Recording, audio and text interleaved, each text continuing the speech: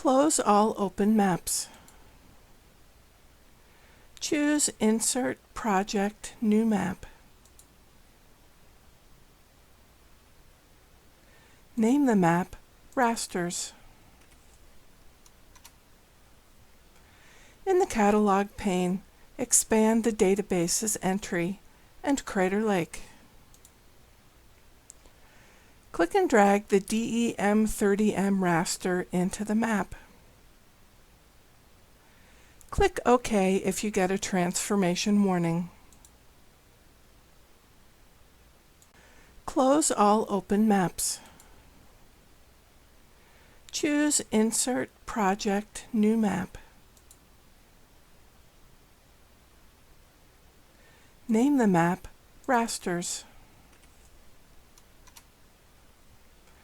In the Catalog pane, expand the database's entry and Crater Lake. Click and drag the DEM30M raster into the map. Click OK if you get a transformation warning. In Contents, double-click the rasters icon to open the map properties. Click the Extent section and fill the button for Custom Extent. Set it to Calculate from Current Visible Extent. And click OK. Click the Map, Navigate, Explore button and click on one of the cells. Examine the pixel value containing the elevation. Is it an integer? Examine the stretched value. It will be a number between 0 and 255. Click on one of the lowest black cells and examine the stretched value. Click on one of the highest white cells and examine its value.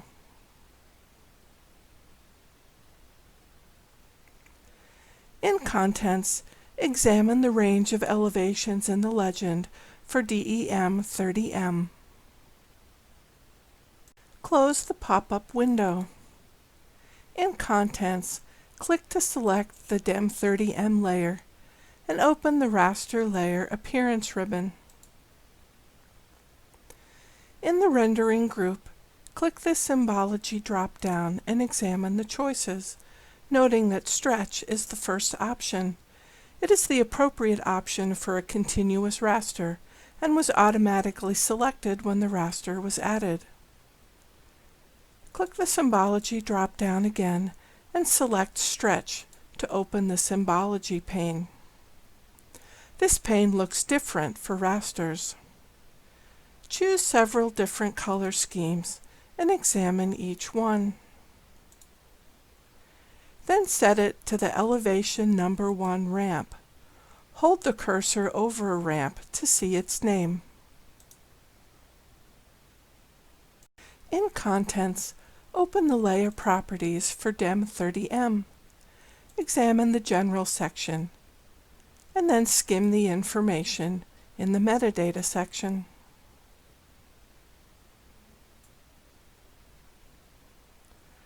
Click the Source section and examine the information under Data Source. Expand the Raster Information heading and examine the information carefully.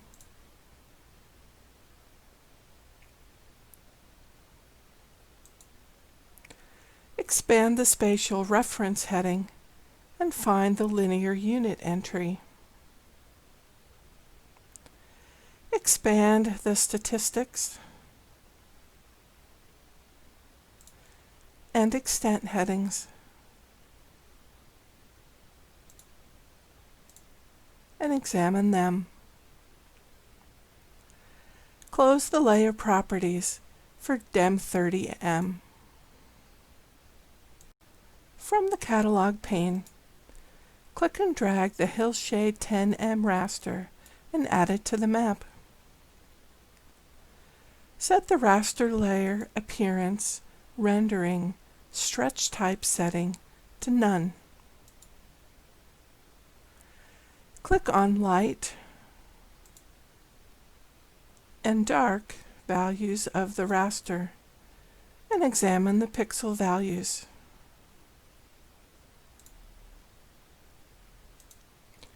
In Contents, right-click the Hillshade 10M layer and choose Attribute Table.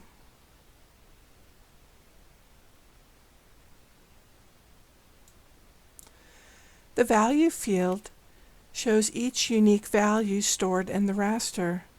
Scroll through the table to see the lowest, 0, and highest value, 254.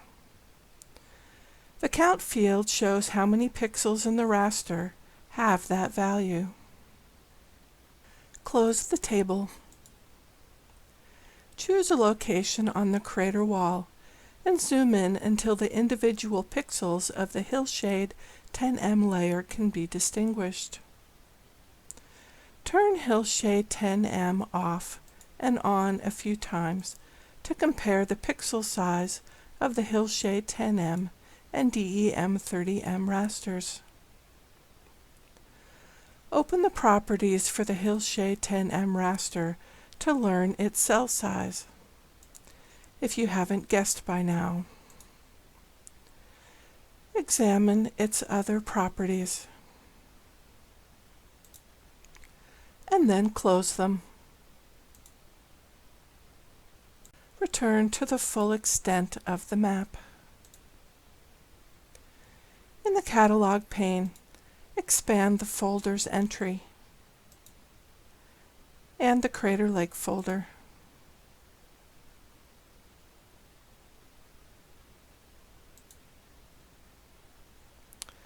Find the LT05 SEP11 2011 P45R30 clip TIFF image and expand it. Drag the image into the map. Rename it Landsat. In Contents, select the Landsat image. In the Raster Layer Appearance Rendering group, click the Band Combination drop-down and select Custom. Name the custom setting Landsat Natural Color and make sure the bands are set to Band 3 for red, Band 2 for green, and Band 1 for blue. Click Add and examine the image. In the Raster Layer Appearance Rendering group, click the Band Combination drop-down and select Custom. Name the custom setting Landsat False Color and make sure the bands are set to Band 4 for red, Band 3 for green, and Band 1 for blue. Click Add. In Contents, select the Landsat layer and click the Raster Layer Appearance Rendering Symbology button. In the Symbology pane, set red to Band 7, green to Band 4, and blue to Band 1. Examine the result. Click the Imagery, Tools, Indices drop-down and select NDVI.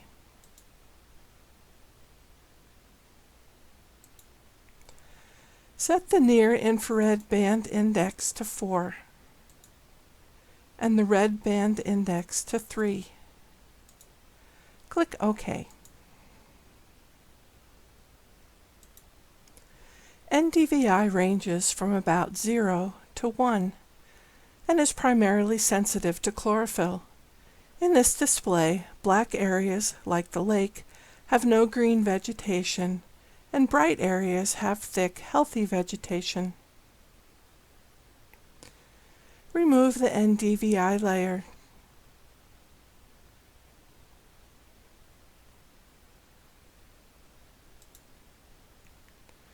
and save the project.